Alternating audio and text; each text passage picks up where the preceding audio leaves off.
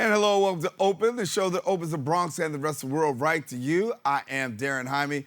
Today we'll update you on what's happening in our borough and around New York City. Coming up, we'll learn about a Bronx-based program that's using fashion as well as art and wellness, helping young people explore identity, build confidence, and create safe spaces for self-expression. Then, we're going to take a look at an organization that's offering creative writing workshops to empower youth in finding their voice, as well as turning their stories into published work. And then we'll highlight a Bronx center that's empowering small business through guidance, training, and resources, helping entrepreneurs start, grow, and strengthen their business. And then lastly, we're going to explore a community cycling experience. It's not just a cycling experience. It blends movement, art, wellness, and an effort to expand access and foster connections across the Bronx. So stay tuned because all this and much more is heading your way. Right now, we're officially open.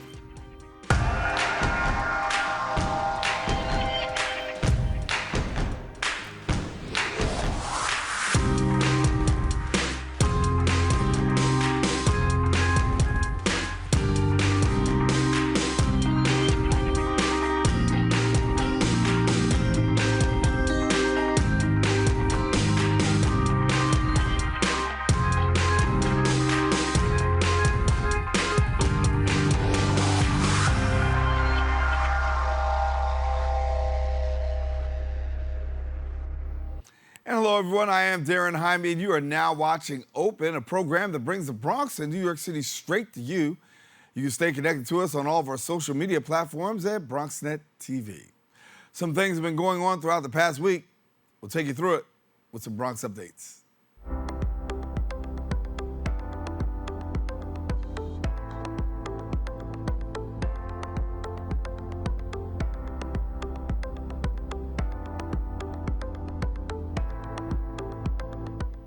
In local news, Miss Shasha is hosting her 4th annual community drive, bringing together neighbors for a day of clothing, sharing food, and essential support. The event is built around a simple goal: giving back and helping residents connect with resources and also with each other through community-led care. Our Bronxnet reporter Kyrie Moody brings the story right now. It's hot outside, the sun is out, but that's not stopping Miss Shy Shy from hosting her 4th annual community drive right here in Lafayette Park in the Castle Hill section of the Bronx. She has clothes, shoes, and of course, free food. Here's what inspired Miss Shy Shy to give back to her community. To see my neighbors in need of stuff and they're not able to get, and they don't have to, they don't know what resources or who to go to get the help. So if I can help out in any way, that's where I fit in at. Miss Shy Shy relies on the help and support of the community. London and Rachetta Givens, as well as Tanya Tyler, are members of the community who have been volunteering the past 4 years. It's important for the community, for people who are struggling and people who can't really afford clothes because, you know, the prices go up nowadays. She just gives them out for free and people they don't throw them away, they just give them away. And it's a good part. Well, she's actually a friend of mine, and we always just encourage her to do outreach and do what she loves to do. So Shasha is naturally a wonderful person who loves to do things for her community. So it's in her to do it, and she's been doing this annually for every year. She gives back to the community with the clothing drive. Well, usually I just help Shasha out with the community because most of the kids are members of our program. And she's a family of Kips Bay, so whatever she needs, we always try to support. Here's what Miss Shy Shy hopes for the future of the drive. I want it to get bigger every year. I want it to be better. I wish more people would come out. It takes a village, you know what I'm saying? It's refreshing to see the community looking out for the community. If you want to take part in next year's drive, send a DM to Miss Shy Shy Bedford on Instagram. Reporting for Bronxnet, Kyrie Moody. And thank you, Kyrie. In other news, at Lehman College, New York Junior Tennis Learning hosts its annual Aces of Celebration of the Arts, a showcase that's highlighting student creativity through performance, academics, as well as visual art. The event puts a spotlight on after-school programming, helping students build confidence, skills, as well as new ways to express themselves beyond the court. Our Bronxnet reporter, Chris Camilla, has a story. While they're usually seen rallying on the tennis courts in Crotona Park, nonprofit organization New York Junior Tennis and Learning is shifting towards a different kind of creative outlet today, hosting their annual ACES Celebration of the Arts at Lehman College. It's just bringing tennis to kids, but then also a bunch of extracurricular activities like what you're saying right now. The event dedicates a day to the academics, career, and essential skills after-school program, also known as ACES, showcasing a day of performances and awards featuring participating elementary and middle school students.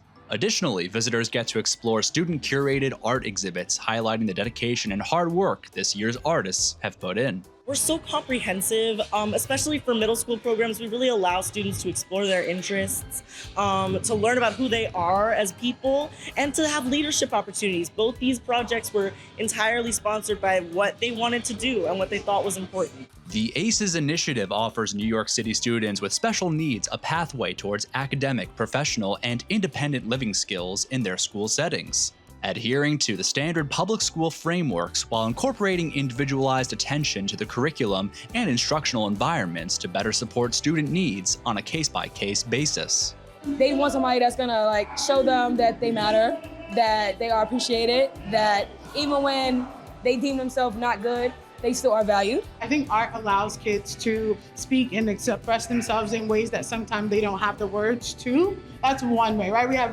some of the artwork is, kids discussing immigration, kids sharing their emotions, just kids being able to speak in ways that they can't. As one of the largest providers of comprehensive school-based after-school programming in New York City, NYJTL organizers say programs like ACES give students a better understanding of how to communicate and cooperate more diligently with others while finding their creative voices. On Bedford Park Boulevard, Chris Cumella, Bronxnet. And thank you, Chris. That is all the time we have for our Bronx updates. We're taking a quick break, but we'll have more open when we return.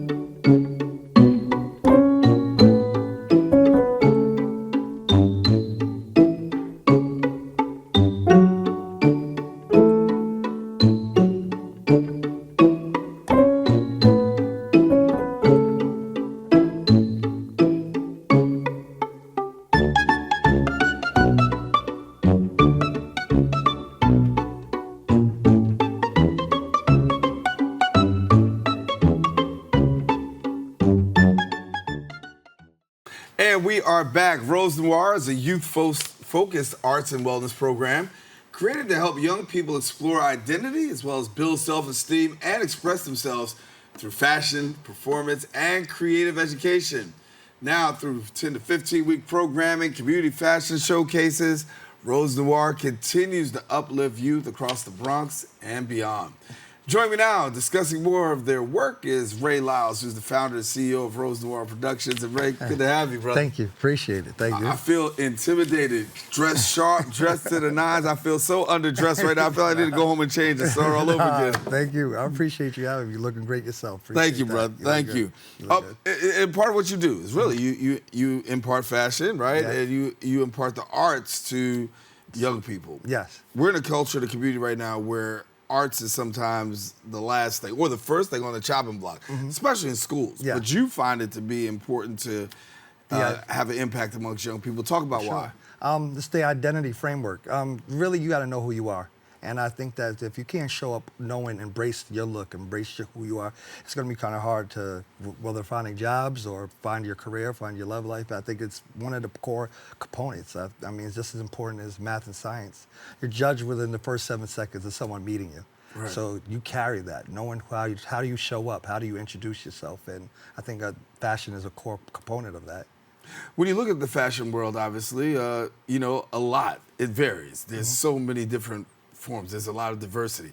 It also creates a lot of on-ramps for young people to get on. Talk to us about how you bridge that gap of helping young people really say, listen, you can get involved this here. Well, I think it's introduction. Some of us, we don't know. I mean, we just think of designer or model. There's so many different forms of within this body of fashion, from stylist to just being a creative director. There's so many. So I like to have different people go in front and talk to different kids about the profession and what they do. A lot of kids don't know how large the spectrum is inside of the body of fashion, art. So I try to introduce them, warm introduction to what that world may look like. Haus of Noire has a 10 to 15 week arts and wellness program, right? Yes. So for a student that participates, what can they expect walking through your doors? I always tell kids, and even for parents to understand, this is not about fashion. It's not about fabrics and just clothes and sewing. It's more about identity and really knowing. I've always called it fashion armor. That's what I'm helping you develop, really walking into you. Something about a fashion shows or developing your own clothing brand, that's like your soul kind of speaking to the world. You walk on this runway, you usually, we had casting calls all the time, and kids have lack of confidence. They're walking in front of four complete strangers. They don't know who they're walking in front of. And I think there's something in it, but day of show, they walk with so much confidence in front of 400 people, and something in that. And I'm like, how do they do that? I can't even do that at my age now, to walk in front of 400 people. And I think it's just some facing fear and just walking out there, and they don't know what clothes we're gonna put on them. They don't know what hat we're gonna put on them. They just go out there, and they do it. About artistic discipline, though, there's some things that students have to have, and there's some things that you help to cultivate. Yeah, I think it's really just, I always say I'm not a teacher, I help guide. I help guide that creative inspiration inside of you. So there's some boundaries within that spectrum, but there is none. It's you really create those boundaries, and how do I help navigate you finding your creative expression?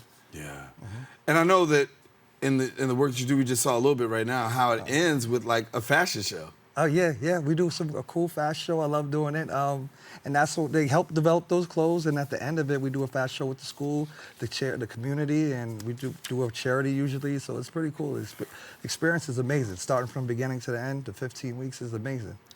What is it like seeing that student go from week 1 to week 15? I think it's the most beautiful transformation I've ever seen, even for myself, because I grow within this program too. Myself, I see it, and then you see how their confidence goes from 1 to all the way to 10, and they don't even see it. But we film each part of the practice just so they can even see the experience as well. They can go through it with us. Right. And spending time with our young people, sometimes we're able to uncover some things, right? About society, culture, even what they're thinking, what's going on. Yeah.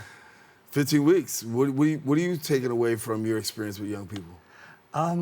What I'll do is I will say that a lot of it, they won't speak about it, but you can see it. Even from drawing, you'll see how their feelings come throughout, or how they dress. Sometimes they might wear all black for 2 weeks straight. You're like, oh, what's going on? It's summertime while you're wearing black every day. Right. So you can their mood kind of comes down. You kind of see it, and how do we get them back navigating, how to make them feel free again? And I think that's the key component of our programs, is helping kids be seen. And I think that's the core component of my program, is I want to see each student. I want to hear from them. They actually teach to me. So I think it goes both ways when it comes to teaching.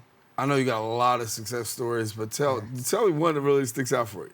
Well, I've seen kids, I've been doing 17 years of just fashion shows, so to see some of the people just become mothers, to be married, to create businesses. I've seen people on billboards. I think it's not really the plateau of them being on billboards, but just the fact of them becoming. I have never had an unsuccessful story. None of them was in jail. No one's murdered. Everyone has been driven. That's and a helped success story, and that's right a there, success to me. That I love the fact that I helped that. I go back to my journey as a young person. Wow, it seems like a little while ago, right? But I go back to my journey, but I find that like the arts and sports for me was a place where it became a place of self-discovery, right? There are other people who say I don't do sports, but I can do arts, right? And arts also frames that self-discovery.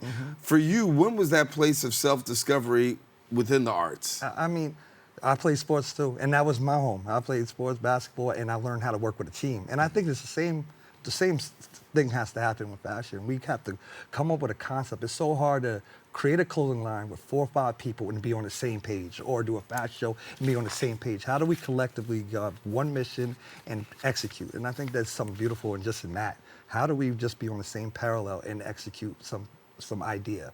So I think that's the coolest part. I think it's no different than sports. When somebody calls a play, you guys have been practicing the same play, but how do y'all execute that play down to a T? It's the same thing to me. Right. So who are you watching when it comes to the world of fashion these days? Oh man, I think that all of us in the fashion industry, we're kind of got our own ego world, so we all love. I watch everybody. I think I'm a fan of everybody. I wear a little bit of Texas. I wear a little bit of New York.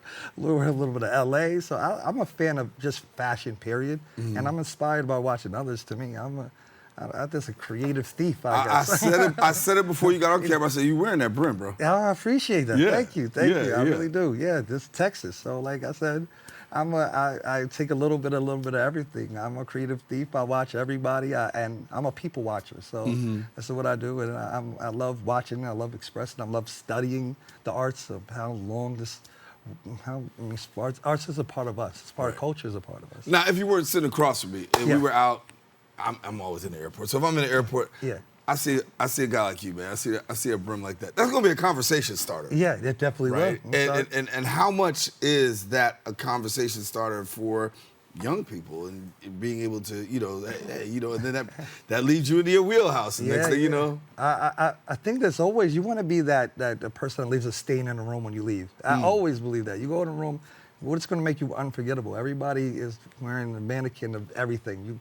How many people do you really remember when you go in the airport? Right. But you're going to remember the guy with the hat. Right. You're going to remember, I saw this guy with a cool hat. You're going to remember that part. But Right. you might not remember everybody else you saw at the airport. Yeah. The standout guy, right? Dickie Vitale calls it the all-airport team. You look like the all-airport team. Dressed well, just fashionably well. Yeah. And as a person's out there watching right now, say, listen, you know what? This sounds like something I want my young person to be involved in. Or I might have a young person right now who's watching and say, listen, I want to be involved. What are the criteria? Really, we're working with the Department of Education. I'm trying to get in much public schools with superintendents, get contacting with them, and city officials, trying to just bring in this after-school program more so. So I'm wondering if anybody's interested in bringing it to your local school. That's the key component. Is helping us get inside of your school, and the after-school service that we currently do in Harlem right now. We're looking to do more into the Bronx. So that's our avenue of success, is really doing that. And if people want to find you right now, where are they finding you? They're going to find us at Haus Noire _. At Haus Noire _ or www.housenoire.org. And as the school year's coming upon, we're right now in the summer season, but the school year is getting ready to come back sooner rather than later, I know. But where do people find you as far as in schools? Oh, right now we're at the Harlem School of Renaissance right now in Harlem. But we are moving to doing some things in the Bronx, and we are doing some things inside of Queens. So, with this new school year, we'll see how things go. But we're always going to be we're going to do another big fashion show as well. Right. That's going to be coming up for the 2027 year. I want to see it. Make sure I get the invite, all right? I appreciate that. And you leave me the brim on the way out the door. I got you. Listen, now, if you want more information, visit the website at houseofnoire.org. And listen, follow them on IG at House of Noire. And we tell you, don't go anywhere. We do have more open coming up right after this. Stay with us. We're going to start the show right now. This is my favorite part. Ready in 5, 4, 3, 2. Hey, this is Angel, and I am one of the instructors for the in-studio production. Here at Bronxnet, we offer classes that can help you elevate, expand, and start your television career. All you have to do is sign up at bronxnet.org/education. For the past 7 years, I have been in various productions, spanning from talk shows, independent films, news reports, art displays, teachings, musical performances, and many more. Ain't that right, Angel? Yeah, you're absolutely right, Angel. There are a lot of creative individuals that we're just waiting to sign up for the class. And if I may, can I also express thank you, Angel. That's all the time we have left. Visit bronxnet.org/education and become a producer by taking the course. The class I offer is also in English, en español y también bilingüe. Nos vemos en la próxima clase. And we are back. I am taking you now to Washington Heights, where a creative writing organization is providing workshops for young people between the ages of 8 to 18, focused on storytelling, revision, and literary craft. Now, with a strong emphasis on accessibility and creative confidence, Uptown Stories builds a supportive community where young writers can thrive. And joining me now to share more about their work, we've got the Executive Director, Kate Reuther, along with Dorkys Ramos and Program Director, as well as Araceli Flores, who is a student at Uptown Stories. And thank you so much for joining us. Thanks for having us. And I come with props too, y'all. I just want to let you know, I got the book right here, and we're talking about Uptown Stories, and really seeing young people in the literary space is special, right? And then it's one thing to see them reading. It's another thing to see writing and then published writing. Absolutely. I think that our mission is really to empower young people to not just write, but like you say, publish their own stories and to understand that their stories matter. And having stories matter is something you have to convince young people sometimes, right? To really let them know their stories matter, but then also now to flesh it out and say, we're gonna put this story to paper. Give us a little bit about the process of how you get from, just the conversation all the way down to this final end product here. Well, it's really the same process that all writers do, which you have to begin by brainstorming and imagining. And the beginning of writing, I often say, looks like doing nothing. It looks like staring at the ceiling or taking a walk or having a shower, writing a long list of things and letting it be messy and rough. And then taking that and turning it into a rough draft. And we do a process together where the kids all share their work with each other and give each other feedback. And that is something that they have to practice too, how to give and accept feedback. And then we revise and we edit. And we have a reading at the end of every semester where they read in front of an audience in a bookshop. And finally, we publish. So it's really the same process that all professional writers go through, but we're treating the kids like the professionals they are. And Dorkys, a little bit about the work that you do. Yeah, so I'm in charge of kind of crafting the program schedule, right? What are we offering the kids? So we have a variety of genres. So we have poetry, we have fiction, but even beyond just the written word, storytelling takes all kinds of forms. So we also have screenwriting, we have crafting stories where we kind of meld arts and craft with storytelling. We've had songwriting in the past, and this summer we even have like a board game program where kids are telling stories through creating board games. Yeah. Araceli, you're an author? Yes. Oh my gosh, I've been with Uptown Stories. I took my first class the summer after 6th grade, and then since the fall semester of 8th grade, I've been with them for 3 years. I'm going into my 4th year. I've been in Kate's class since forever. It's an incredible class, and I just feel like I've grown so much as an author and a storyteller and a community member with Uptown Stories. Right. Yeah, very was grateful. it something that you originally wanted to do, or after being a part of the program, you said, okay, this is my passion right here? I come from a storytelling family, so I think I've always written, I've always told stories, but I think that Uptown Stories really enabled me to believe in myself as a writer. And I was very nervous to join the class for the first time. I was like, oh my gosh, there's all these other teenagers here, and I felt a little intimidated. But I think, I don't know, the org does such a good job of fostering really deep community, because I think writing is a very vulnerable sport. So I don't know, to have that practice to get in there and share my work and create things that I'm not entirely sure about and just like keep workshopping and sit down and do the work has been really special and wonderful for me. I don't know which one wants to take the question, but Dorkys and Kate, but as you were telling me, we were talking before the show, before we went on the segment, now look at the back of the book, you see like all the students, and you see their names and their bios, and I'm like, this is inspiring. Yeah, they're legit authors. And not only is there art and their stories inside the book, but also the cover is made out of their own artwork. And then we sell these at local coffee shops and bookshops, so when they go out for brunch with their families, they're like, I'm in that book. And they get so excited. Well, let's show a couple of covers we got here. I got one right here. Dorkys has another one. Kate has one. See, enough to go around for everyone. And every kid gets their own free copy. Is that right? Yes. Yeah. Yes. Wow. We're publishing our 40th anthology right now. Okay. Yeah. And I guess the process of just publishing and being able to do this like in the turnaround time, a lot, right? Yeah, it's a lot. Dorkys over like, oh yeah, We're typically working on 3 books at a time, right? Because because our semester is ending, and so we have copy editors that are going through that work. We have one that's being laid out, and then there's one that's about to hit the shelves, and so we create a publishing party so that kids can come sign each other's books. Right. Yeah, so we're like a little printing house. So, Araceli, I'm asking this because, I mean, just to write a paper, I mean, I'm done school, right? Just to write a paper is like, ugh, it's a lot, right? But then at the same time, you're also able to balance school and then at the same time be able to do this and write. That I'm going to ask you the question, like, how do you do it? I mean, in fairness, Uptown Stories makes it very easy. Like, I really look forward to coming to the class every Tuesday. It's just a very genuinely fun place to be. And I think it's actually helped me do better in school because there are fewer guidelines, and I don't know, to be able to write freely is definitely a gift. And like, to be able to tell my own stories helps me to, you know, like have that creative expression is, I don't know, it helps when I have to go to school and then write within guidelines. So I have space to be free, and then I have space to do what somebody tells me to do. Okay, much needed, you know, and filling the gap. You know, we talk about here in the Bronx, you know, we used to have Barnes & Nobles out there, Co-op City, gone, like all literary space, a lot.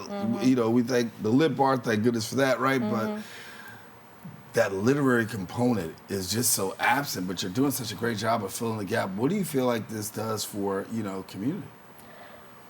I feel like it's really important for young people, like we said, to recognize that their stories matter, but that also people have different stories to tell, and that we're all coming together and learning from each other, and like Araceli was saying, being vulnerable together, but recognizing there isn't one way to be a good writer. You can't put an A or a B or a C on writing in the same way that you can on a math test.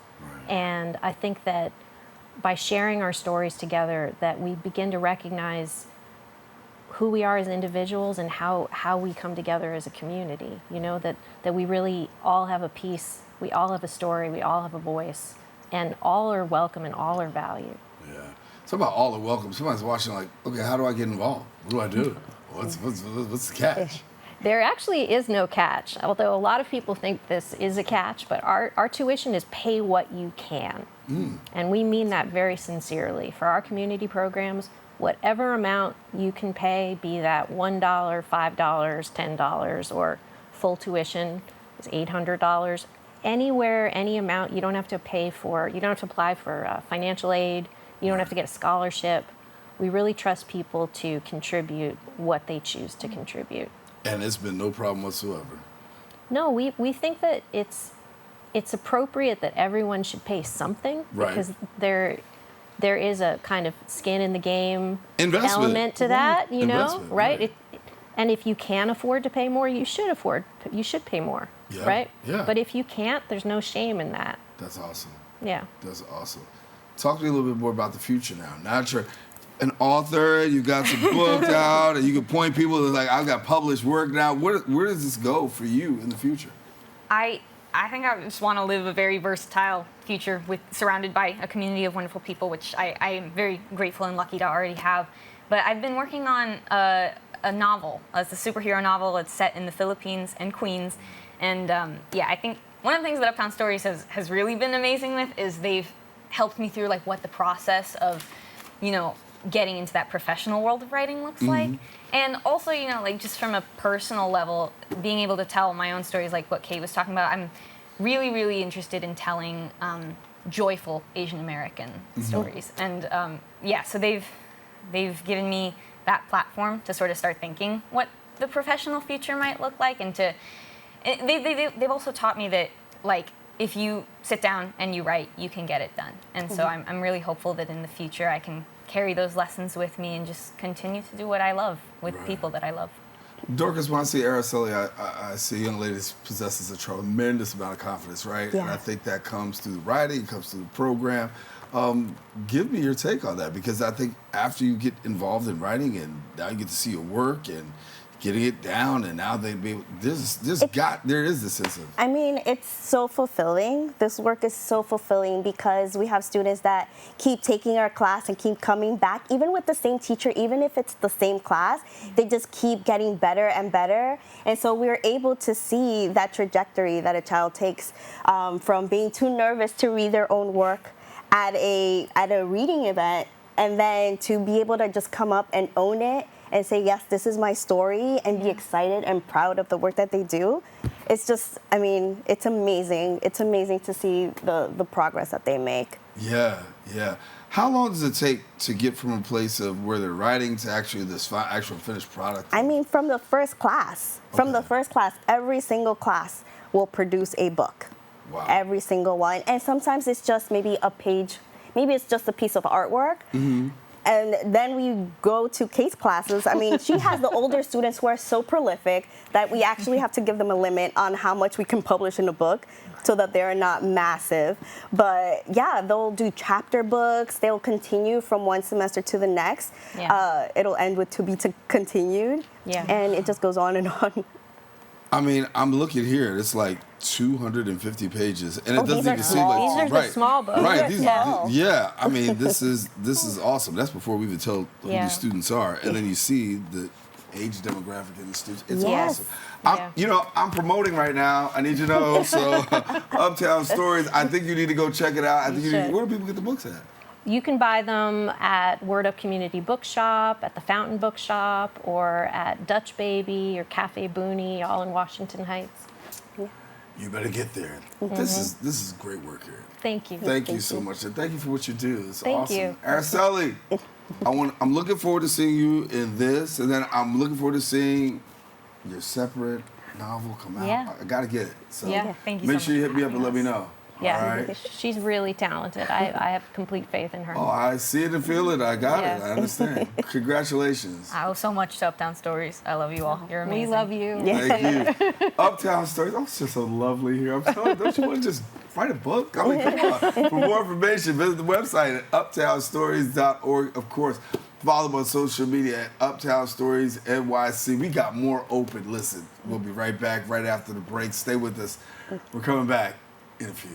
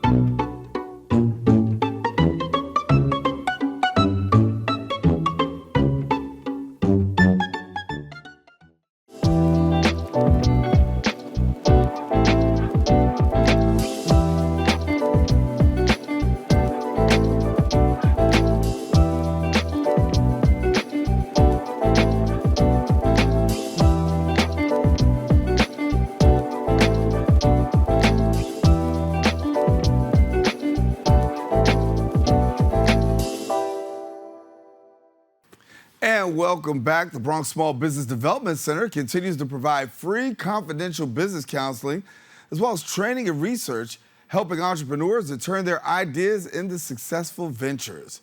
We're revisiting our conversation with Regional Director of the Bronx SBDC, Vanessa Joseph, on the work that they do, the resources available, and how they help entrepreneurs.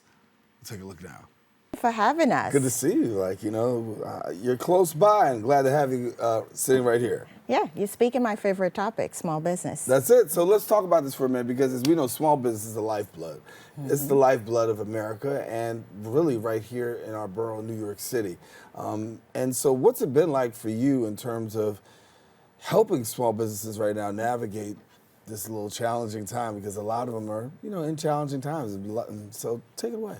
Yeah, I can say, for me personally, it's an exhilarating feeling to be able to support someone else's dreams and their goals, and not even that, going beyond of them trying to build their legacies, which is generational changing, right? Leaving their footprint on the community, right? And in the sphere of business, and making something matter, So talk a little bit about the work that you do in terms of helping businesses become transformed, if you will. Yeah, so we, like you said earlier, we provide at no cost one-on-one business advising to anyone looking to start, whether you're in the ideation stage, you're just newly formed, or you're an existing business. And you could come to us and we cover everything from A to Z on topics that are impactful or concerning to you to help you nurture, develop, and grow and expand your business. What are you seeing nowadays? Because as we see the economy and things are, tight for so many different people, a lot of people are like leaning in and saying, listen, I'm going to start my own, right? Are you seeing more people come across your doors? Yeah, I mean, it's expounded since the pandemic, right. Where people had that opportunity to kind of pivot and explore other avenues besides working their career jobs, to see what more they can do as a means to earn income, as a means to have flexibility and freedom of their time, right, and really be in control of something that they started.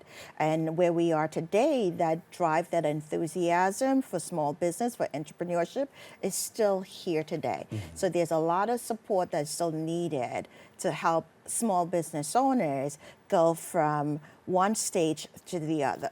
How do you make that differentiation in terms of services for the person that's trying to start something and the person that's already got something that's really trying to grow? Talk about how you service both of those groups. Yeah, so for those that are looking to start, it's about the education and filling in those gaps of what it takes to own, operate, and manage a business. Because you could have a fantastic idea, but do you know how to do your bookkeeping? Right? No one likes record keeping. Do you know how to prepare for financing? Right? And when you're talking about businesses that already existed, now they're in a more mature stage, right? Now you want to support them so they're able to last, and also think about succession planning. What's the next step? How long am I going to hold this business for? Am I going to leave it to family, or am I going to put it on the market for sale? Yeah.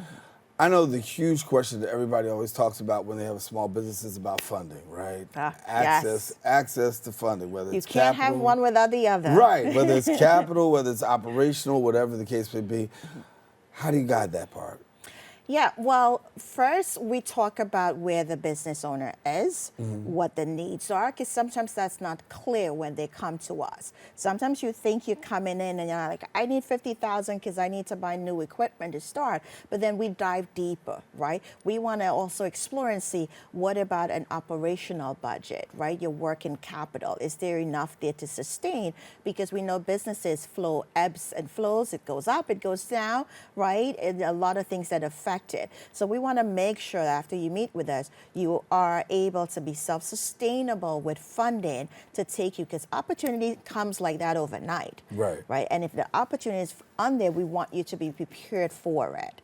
So it's a different conversation from when you're starting off to when you're much more mature and longer in business. You're talking a little bit about something that that you pretty much excel at, which is counseling, right? Yes. And really giving people that counseling and advice. What do you find yourself counseling people most about these days? Number one topic is always about funding. So that's the number one topic. You know, another space that has exploded, of course, is e-commerce. So that's an area that we want to educate our clients on, and being ready to sell their, their products and stuff through an e-commerce platform on there. So that's one. And of course, the formation. Right, because we have a lot of startups and people wanting to venture in this space. So that's another number one big topic there. I'm sure you see with all the people that come through your doors, people who have adverse challenges, right? What are some of the most common challenges or even mistakes that people are making as they come through the door to come see you? Yeah, seeking capital before they're actually ready. No plan. No plan. They just know that I don't just have be money. honest, you have no plan. Why are you coming for the money? I have this wonderful idea, but it's like, where do I go next? And I need money first. Right. But first you need to prove your idea and your concept. And that's something we want our business owners to do, because we don't want you making that huge investment, right? Or going into debt to fund a business that you haven't proven yet that you can sustain. right? And of course, it varies by industry depending on where you are. But the number one reason is that, or then when we see they're in business, sometimes they prolong and delay or don't file their tax returns. Right? We're in tax season. Right. And when they come to us, that's not done yet. They have no idea about what's their revenues year over year. And we'll ask, what was your revenues from last year, so we can get an idea of if you've been profitable or not, and they don't know that number. So the number one mistake most businesses do is not knowing their numbers. Right. And if you don't know your number, you pretty much don't know your business. You're guessing. Right. And we want our entrepreneurs to make informed decisions. Right? Not just looking at the problem that's in front of them, but thinking about how the problem that you're facing now affects you in the present, what is going to be the impact in the future, and is there anything that you can learn from reflecting in the past? Yeah. Talking with some people, I know we've talked to, BOEDC, Bronx Chamber of Commerce before. They always used to talk about how after COVID, that lack of resources is really available, is not there the way that it used to be, and how many businesses are actually struggling just because of that. Are you seeing people being able to recover post-pandemic, or is that struggle still real for a lot of people? That struggle is still real for a lot of people in recovering, because during the pandemic, unfortunately, decimated a lot of businesses, right? There was a lot of help and support there to carry on, but post coming through pandemic, once that funding dried up, then we uncovered like a lot of issues within businesses, right? We go back to like bookkeeping, record keeping. Do you have enough sustainable income?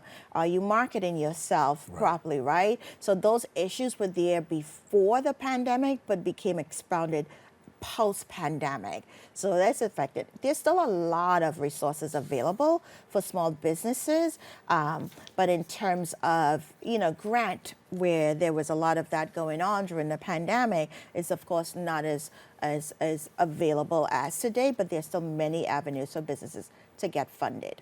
And big shout out to you. You guys highlighted last week and celebrated last week for doing some great work. Talk about that.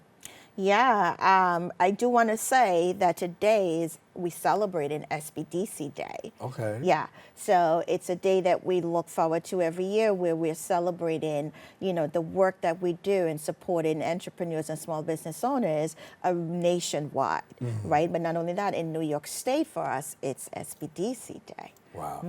And so the work that you're doing, obviously so vital, so empowering to so many people, because you're not just really helping people with business, you're actually, helping to transform somebody's life and somebody's career. As you look back over the work that you've done, tell me about, maybe real quickly, one success story that really sticks out in your head. Yeah, I have like a few here for you, but I'll run through them really quickly. We have Babe Collective, which is the founder for Nicole Ramirez. It's an e-commerce industry, right? We were talking about that, and she launched last month in February and was able to now look to what's expanding, because she did really well there. And then we have Katie Knit Corp, right, who's looking at vegetable cashmere. So this is how innovative our business owners in them are. And then we have our business, Tabby AI Bookkeeping, right, where they're using AI for this. And we did a wonderful webinar with them last week to introduce it, because we got to make record keeping easier for our small businesses. Absolutely, absolutely. Vanessa, thank you so much. Now, if somebody wants to get some information, what are they doing now? Yeah, first they can visit. We launched our new website.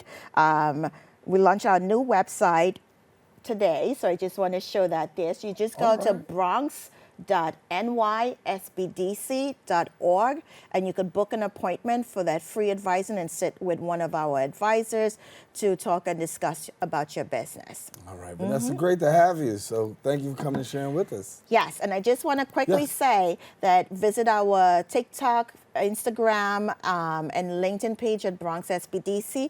Every Tuesday, we do Tuesday tips videos to help educate our businesses. So you'll often see myself and my team on those videos. It's fun, it's innovative, and we make the educational part of it interesting. And thank you, Vanessa. She always has helpful information. Now, for more information, visit the website at bronx.nysbdc.org. We encourage you also to stick around because guess what? We'll be back with more Open coming up after this.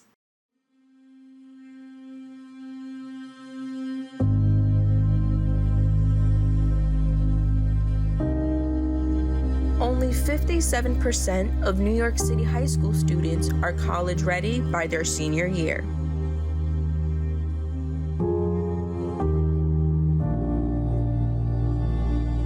"55% of high school graduates either have no plans to attend college or are uncertain that they will ever attend.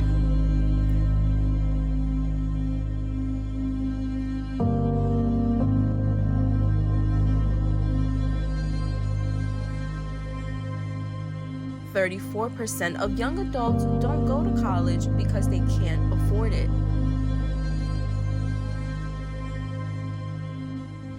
Discover what's possible.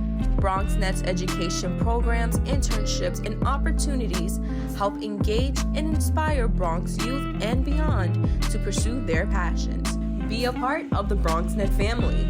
Whether you're interested in our shows, joining a class, or donating to support our mission, visit bronxnet.org to learn more.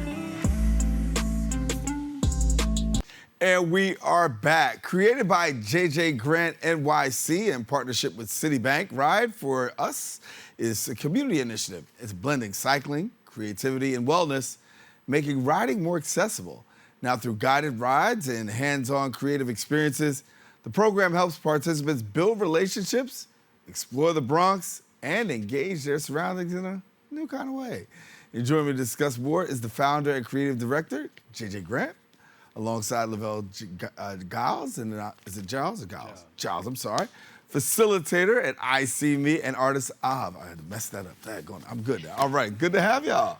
Good. Pleasure to be here. Thank you to have us. Thank you. You're doing some great work. Thank you. And really, impacted the community in a different kind of way, and, cycling at the forefront too. Talk to us about, first of all, how did you get this all going? God. Okay.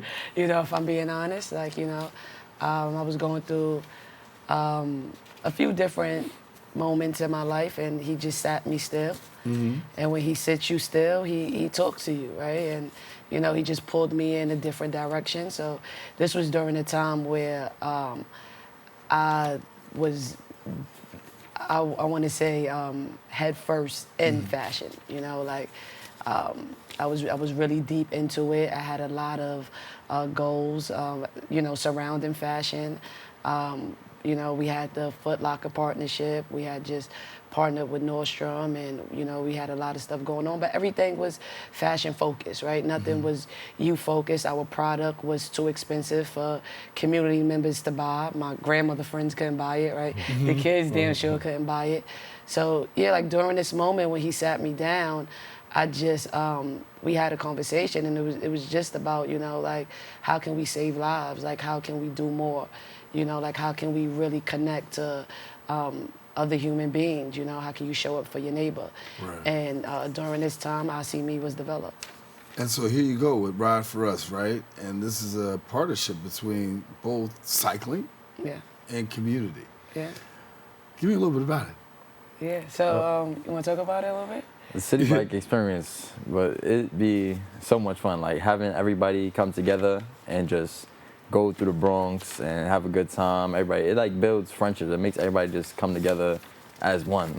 We had one recently where I was the ride leader.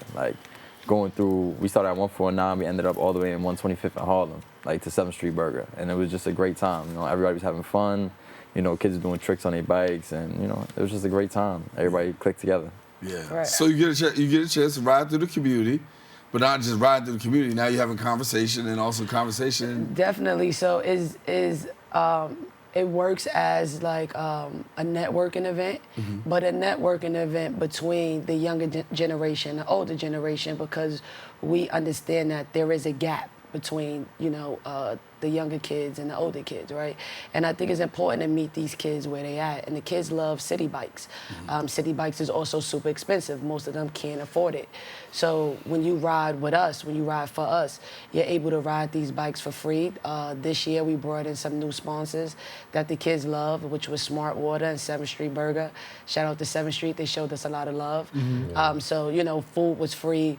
Beverages was free, water was free, provided by Smart Water. Then we brought in some of our friends, like a brand called 22, based out of the Bronx. They provided hats for free. So they produced, you know, like these really dope hats that me and Av helped design. And we was able to give out not only, you know, beverage, food, but now we're also giving away product. Right? Like, and the bigger these events get, the more we're going to give away, and just making sure that every time we give something, it's something of quality, something of value. Because I think the worst thing is to remind people that, you know, they're up, part my language, right? Like, but that's like, that's mean, right? Like, I don't want to be reminded of my current condition, but if you want to show up and love and you want to give me something that's of value, then I would definitely love it. But don't give me a quart of water and be like, well, it's free, take it, appreciate the fact that I gave you a quart of water. You know, Phil would die. Like, it's not even, you know, in fact. I feel like, you know, we living in a challenging time for our youth. You know, I remember being a kid, you know, being able to be outside and not having worries, and, you know, being active in my community. And, you know, now I think, you know, a lot of it is being lost. And, you know, and we came to bring that feeling back, you know, to coming outside, being able to do fun things with your family and friends, knowing that your neighbor is going to take care of your child or look over your child and make sure, you know, like, you ain't getting into trouble doing the wrong thing. So I think that's where that's where our community component comes in, because that's what we do. We bring kids together, we bring families together, we have fun, you know, we build networks. We safe. And we safe. We safe, you know, and it's so easy for kids, all kids of, you know, to get into something that's going to change their lives. And, you know, we all experience the Bronx different ways, and so, you know, we just here to bring that feeling back. And you talked about product. I see some hats. Talk to us about the hats. Oh, yeah. These are dope. Yeah, so these hats are from our Caps Off program. And what we do is we go into schools. We have the juniors from the schools gift the seniors on graduation days something, you know, just to send them off with. And it's a 6-week program, and we go into put the hat out like that. Yeah, well, you just keep talking to me. Put the hat out like that. You know, we go into this. It's a 6-week program underneath the I See Me initiative. So the I See Me is actually an initiative that we started about 3 years ago. 3 years, yeah. And underneath I See Me, there's multiple programs. One of the programs is called Caps Off. Complex Con just featured Caps Off about like 2 days ago. 2 days ago, yeah. This was like one of the biggest moments like ever. Really? Because you never know, like you start something, right? And it's anything you start, right? Like we have, you know, these desires. They say if you want to make God laugh, tell him your plans, right? Right. So we have these expectations and these plans of how we want it to go, but you don't know how it's going to go. You don't know how people are going to gravitate towards it. All, you know, the most we could do is try to find like-minded adults and, you know, share our values with the youth and hope that they relate and connect to it. So through the Caps Off program, we saw opening. We wanted to challenge tradition. We have been graduating in the same uniform since you graduated, right? Right. Before your time, right? Yeah. And, you know, like I was just sitting there one day and I'm like, well, who said we want to graduate in this uniform? Like, who decided this? Like, who even designed this? Like, what does the cap and the gown even mean?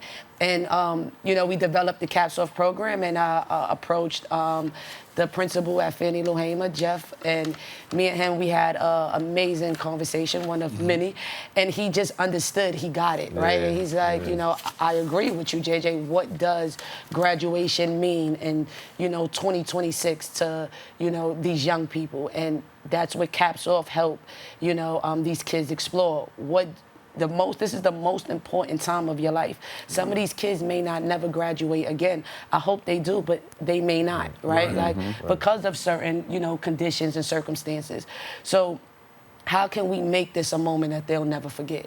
How can they connect to this moment and not make it about us? It's not about the school. It's not about the teachers. It's not about, you know, well, it's about your parents a little bit, right? But it's solely about you. Like, how do you want to show up during graduation? What do you want to look like?